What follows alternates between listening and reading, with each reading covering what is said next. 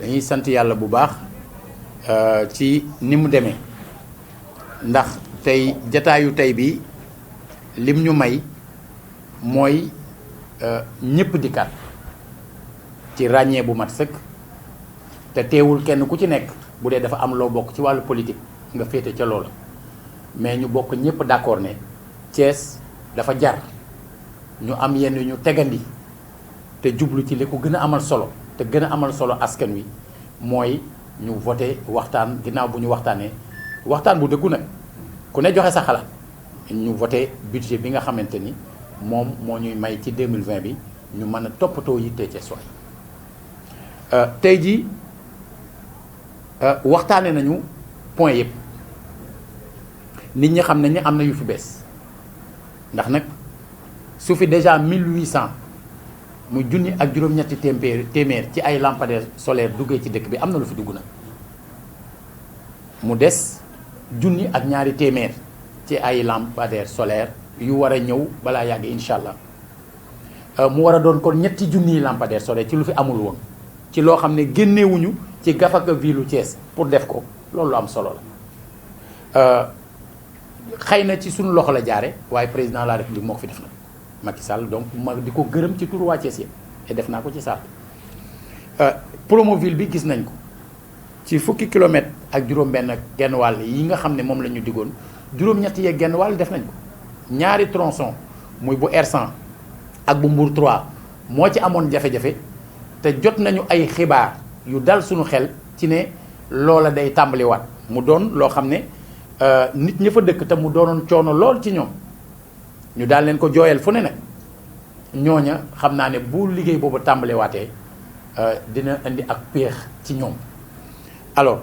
bëri na loo xamante ni dafa jëm ci wàllu li ñu tuddee PACASEN muy programme boo xam tamit président moo ko indi jàppalee ñu ko ne ci ñetti at yi dinaa leen jox 1 milliard ak ñetti téeméeri millions at bu njëkk bi war a doon ñeenti téeméeri millions ak juróom fukki millions. loola dama ni priorité bi ñu njëkk ko jëmale ci ñaari fukki quartier ak ñaar yi nga xam ne ndox mu sell amu fa jot ci ndox mi jafe na leen donc loola fa lañ koy dugal en priorité ngir askan wi nekk ci gox yooyu ñu mën a jot ci ndox mi ci wàllu adduction d'eau ak ci wàllu branchement sociaux yoo xam ne ñi seen loxo jotul seen ginnaaw bu liggéey boobu paree fii ak weer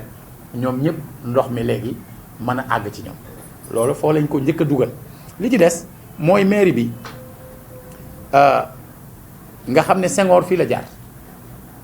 jaaroon fii nu toog doon premier maire u Thiès doon premier président wu Sénégal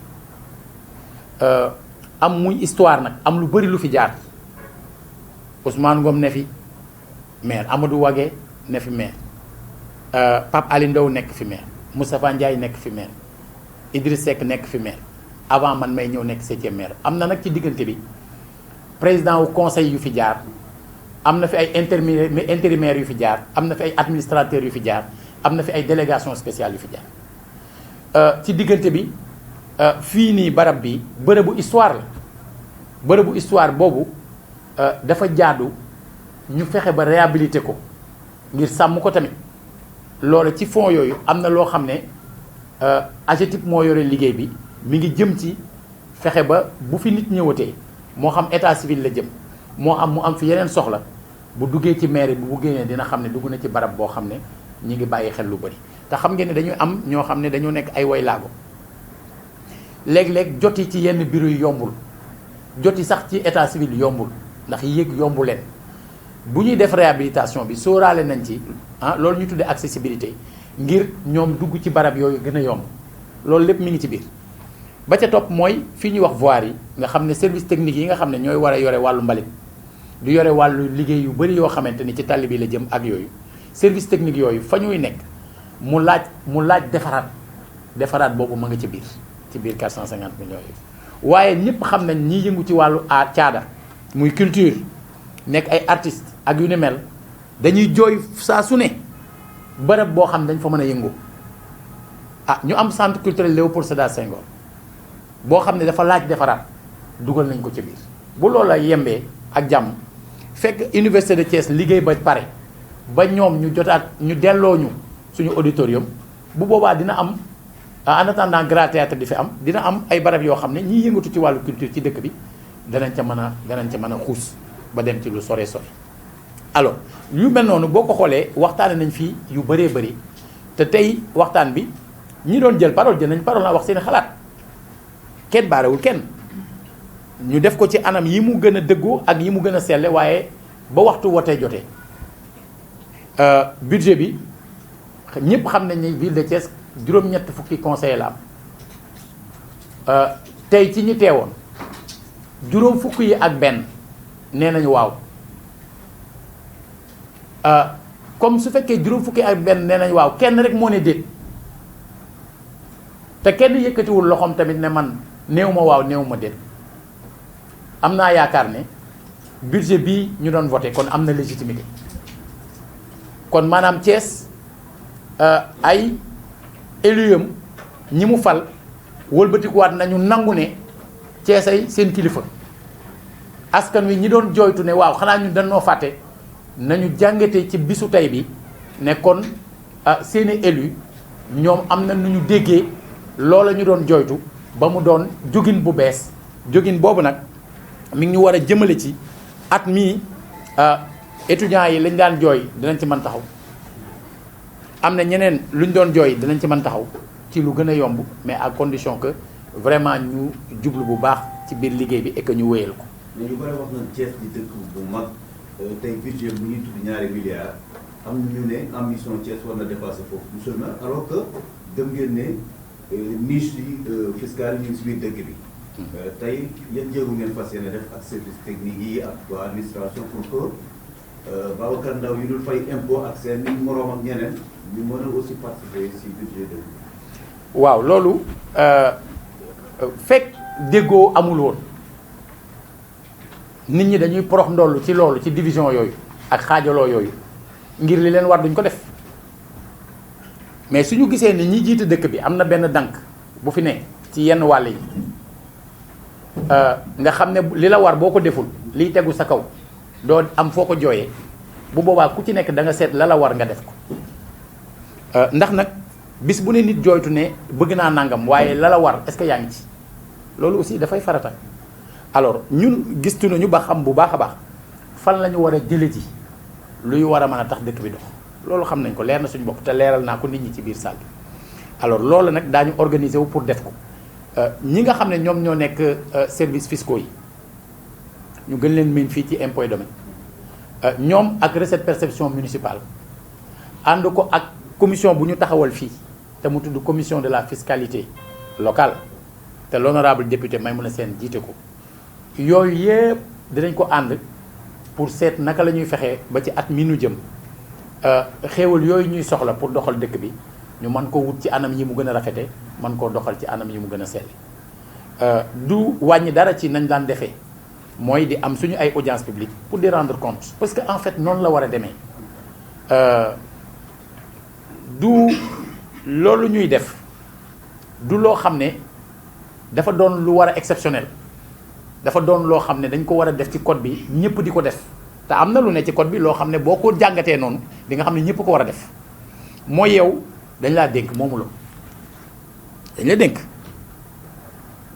alors ki la dénk jaadu na saa ba saa nga wax ko ne ko li nga ma dénk nii laa ko yore waaye nag am naa ci jafe-jafe bi ak jafe-jafe bi ak jafe-jafe bi te yow mi ma ko dénkit am na taxawaay bii soo ko ci amoon xëy na dina ma gën a yombal ni may yore sa yëf la ca topp mais loolu farata la waxtaan boobu di am ci diggante njaatige ak surga loolu mooy audience publique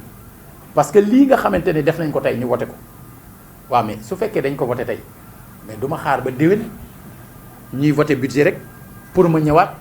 ñu waxtaane ci débat sur les orientations budgétaires ne nii la demewoon na la demewoon mais dafay jaadu saa su ne ma am buntu bi daje ak nit ñi ma def ko rendre leen compte ci li nga xam moom lañ ma dénkoon mais en même temps aussi wax leen jafe-jafe yi. ne bay sowewu tànk ñu faral daan gis da ngeen di dem du ñeneen ñu ngeen seexale seen bopp bitim réew Serge mi ngi fi Camp mi ngi fi yow nga proposé que conseil bi ne da ngeen bëgg yéen ak yeneen dëkk ci biir Sénégal ñu seexale leen ak Thiès lan mooy yittal lu mel ak lan la si Thiès mën a demee. waaw parce que dañoo war a dafa am yu bees yu ñu war a indi mooy su fekkee da nga toog ay ati at am diggante ak ay réew yi tubaab ak ay réew yu sori da ngay jàngat lim la indil boo ko méngale ko ak la la yëkkati woon loolu bañ ko defee gis nañ ne fii ci biir Sénégal am na fi ñoo xam ne dëkk yoo xam ne mais Thiès war na mën a lëkkaloog ñoom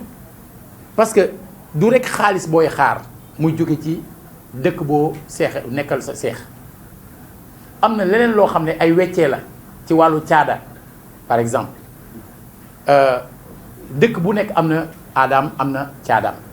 muy culture aada di coutume mais loolu weccante yooyu gën a xamante gën a miinante yooyu day defar te bu fekkoon ne tey jii ci biir Sénégal gii dëkk yu bëri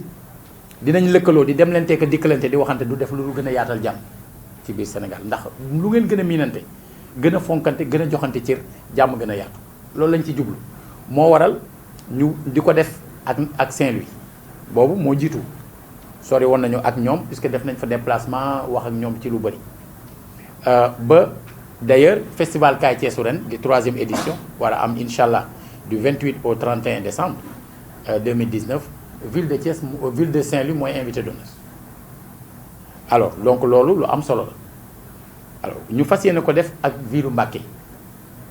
fas yéene ko def ak ville Kaolack mais fas yéene ko def ak ville Ziguinchor mais fas yéene ko def ak ville Bamako ak Bamako bi parce que dañoo bëgg ñun ak ñoom ñu dekkal raay bi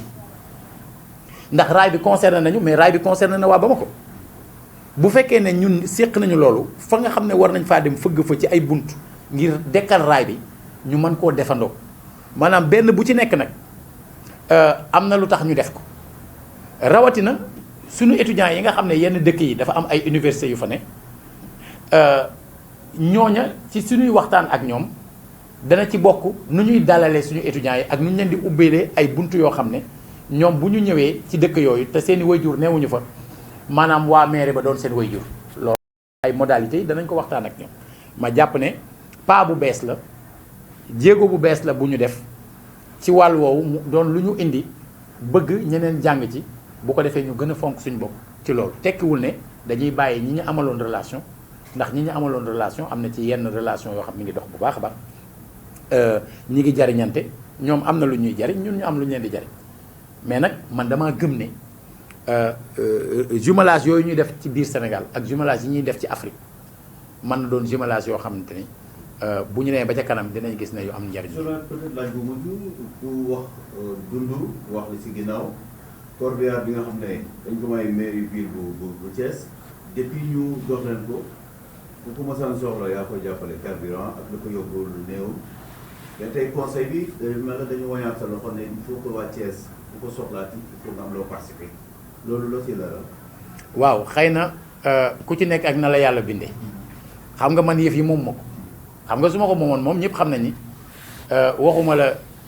affaire même carburant sax kenn du ko joxe bu ma ko moomoon mais moomu yor nañ ko fi ab diir ñetti weer a ngi ni mu yàqu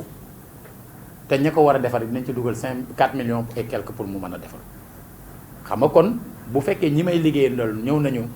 nay ba ñuy weñ sama loxo it am na fu ñu ko teg lañ ma wax mooy mën nañu continuer def social mais am leneen luñ ci dugal mooy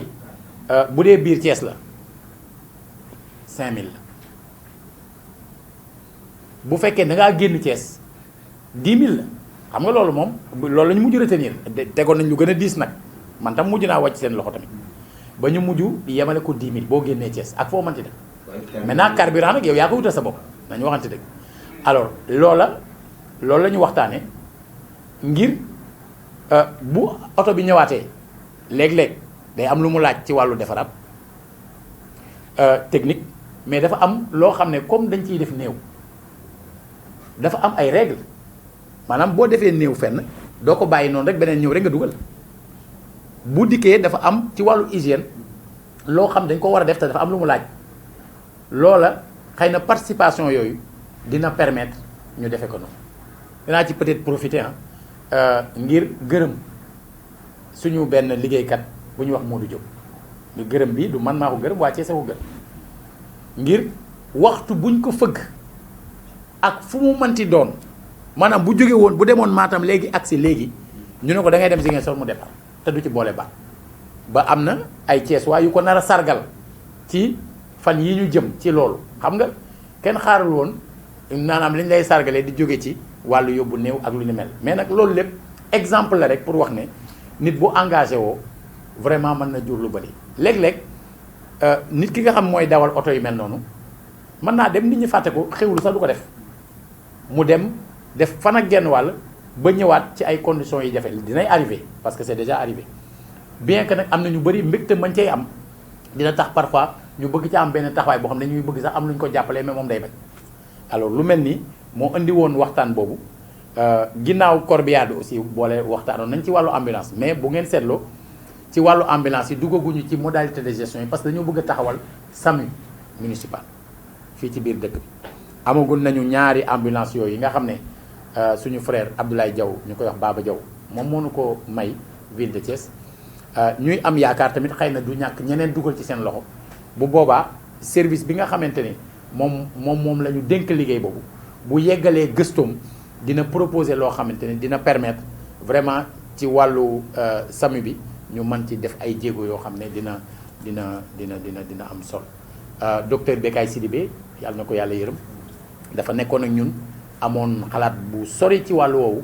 vraiment dañ ci yëngu di ci daw moom moo ci doon dox ba suñu boroom def yàggul dara mu génn àdduna loolu rek rien que ne serait-ce que pour cette raison mébét yooyu mu amoon ak xalaat yooyu dafa jaadu ñu poursuivre le loolu incha allah ñu ngi ci. Je voudrais d'abord saluer la mobilisation des conseils de la ville de Thiès. Je pense que hormis la séance d'installation donc du conseil qui s'était tenue le 24 juillet 2014, nous n'avons jamais eu autant de conseillers présents et impliqués vraiment dans les échanges fructueux pour véritablement permettre à la ville de Thiès de prendre un nouveau départ. J'ai tenu à avoir cette rencontre avec vous pour d'abord saluer cette mobilisation, saluer cette prise de conscience qui s'est faite donc au sein des différents conseils de la ville de Thiès, sans vraiment tenir compte de l'appartenance partisane ou politique. Nous avons travaillé depuis quelque temps à créer les conditions de cet apaisement. Et nous saluons justement l'esprit de discernement qui s'est emparé de la majorité des conseillers de la ville de Thiès et qui nous a permis aujourd'hui d'avoir cette séance d'examen et de vote qui s'est déroulée sous vos yeux dans les conditions que vous savez, c'est-à-dire dans des conditions bien sûr de débat sérieux, profond, mais à la fin orienté réellement vers la prise en charge des préoccupations essentielles des Thiessois. Donc en tant que maire de tous les Thiessois, je tenais donc à saluer tout cela et à remercier tous ceux qui se sont mobilisés et tous ceux qui ont justement travaillé à créer ces conditions-là. Pour moi, ça me paraît essentiel. L'autre chose est que Thiès, en tant que ville carrefour, mais surtout ville qui est le premier pôle capable de permettre un peu d'aller de l'avant vers la dédakarisation du Sénégal, Thiès mérite une meilleure organisation. Thiès mérite d'avoir les moyens de sa politique. Thiès mérite d'avoir les moyens pour être au diapason justement des attentes non seulement des populations thiessoises, mais également des autorités étatiques, mais également des ambitions que le Sénégal nourrit dans cette zone. Nous avons aujourd'hui l'aéroport Blaise Diagne de Diass, qui est en réalité l'aéroport de Thiès. Chaque fois que je prends l'avion venant d'ailleurs et qu'on annonce une descente sur Dakar, je suis obligé de voir les membres de l'équipage pour justement les inviter à corriger, puisqu'il n'y a pas un centimètre carré de l'aéroport se trouvant dans la région de Dakar. Alors, aujourd'hui, qu'il y a ces opportunités, il y a les autoroutes AIBD Thiès, Ila Touba, autour de Thiès, et les différentes opportunités qui s'annoncent. Il me semble que nous qui dirigeons aujourd'hui la ville de Thiès, nous avons la responsabilité justement de prendre les dispositions idoines pour être au niveau et à niveau, précisément, puisque notre conviction profonde est que Thiès permettra au Sénégal, dans le cadre de la mise en œuvre du plan Sénégal émergent, disons, de faire des pas. Alors aujourd'hui est un grand jour pour le conseil de ville et pour la ville de Thiès. Donc, nous avons invité les différents maires à reprendre justement ces séances de mutualisation que nous avions chaque lundi après la cérémonie donc, de levée des couleurs. Peut-être que le format pourra changer, la régularité pourra changer. Mais à mon avis, il est essentiel de reprendre ces échanges puisque ça nous permettra véritablement d'échanger sur les questions qui concernent l'ensemble des Thiessois. La ville ne peut poser aucun acte en dehors des communes, puisque la ville est subdivisée en 3 communes. Donc chaque acte posé par la ville est posé dans une commune. Et chaque acte posé par une commune est posé dans la ville de Thiès, puisque ce sont les communes qui sont dans la ville de Thiès. Alors, en principe, la ville de Thiès devait être une ville regroupant énormément de communes présentant une homogénéité territoriale. C'est ça la définition même de la ville. Au terme des dispositions de l'article 167, une ville peut être créée par décret pour mutualiser les compétences de plusieurs communes qui présentent une homogénéité territoriale. On aurait pris Khombol, Toubatoul et Ndiéyène Sirakh pour faire une ville. Là, vous avez une ville au sens de l'article 167 du Code général des collectivités territoriales. Aujourd'hui, ce qui s'est passé, c'est quoi? C'est qu'on a pris la commune de Thiès, qu'on a subdivisée en 3 communes. Alors, en principe, cette entité donc, qui était unie, donc, où c'était déjà une même orientation, un même programme, une même vision, c'est cette entité aujourd'hui qui a été subdivisée et qui cherche les voies et moyens pour mutualiser à nouveau. Je pense que la difficulté vient de là. Mais nous sommes dans une logique de dépassement, en attendant que tout ce qui est en train d'être fait en termes de réflexion et autres, allant dans le sens de l'évaluation de l'acte 3, de la décentralisation, puisse avoir, disons, une suite favorable. Je veux expliquer alors justement cette grande ambition de la ville, avec un plan de développement de la ville. Vous avez dit les grandes infrastructures du Sénégal qui sont partagées avec notre chère ville. Au même moment, un problème de recouvrement du budget se pose. Alors que rien que le PDB, on parle de plus de 78 milliards. 725 millions. Voilà, merci. Alors, comment expliquer un peu peut-être ça? Alors, moi je pense qu'on est en train un peu de dépasser un certain nombre de problèmes. La ville, en mobilisant l'ensemble de ses ressources, peut aller largement au-delà de 4 milliards de budget. Ça, c'est ma conviction. Alors, il était essentiel donc d'abord d'apaiser, de calmer et d'amener les uns et les autres autour de la table pour pouvoir ensemble voir les voies et moyens pour booster justement le recouvrement en matière de recettes. L'État a une part à jouer et est en train de le faire. C'est vrai que si on parle du plan de développement de la ville, si on parle donc de 78 milliards 725 millions, il faut quand même reconnaître que l'État, déjà, sur vraiment ce financement-là, a déjà fait des pas énormes. Rien que Promoville, on est à plus de 8 milliards. Aujourd'hui, avec les lampadaires solaires, on sera pratiquement à plus de 3 milliards. Puisque l'objectif, c'est d'en arriver au minimum à 3 000 lampadaires solaires. Alors, il y a un certain nombre d'autres initiatives de l'État qui sont déjà dans notre plan de développement, puisque le plan de développement a été mis en cohérence avec le plan Sénégal émergent et avec les objectifs de développement durable. Alors, aujourd'hui, en matière d'assainissement, l'État est en train de faire un certain nombre de choses. Il y a aussi PACASEN, qui est un programme d'appui aux communes et agglomérations du Sénégal. PACASEN déjà mobilise 1,3 milliard pour les 3 années, rien que pour la ville de Thiès. Après, il y a les communes. Alors, ma conviction profonde est qu'avec l'appui de l'État sénégalais, nous pourrons véritablement faire des pas énormes dans la mobilisation des ressources pour la mise en œuvre du plan de développement de la ville. Maintenant, il y a des aspects donc du plan qui concernent les partenaires extérieurs de la ville de Thiès dans le cadre de la coopération décentralisée, mais il y a d'autres aspects qui seront gérés dans le cadre du partenariat public-privé. Alors, ma conviction profonde est que si on va vers les budgets et programmes,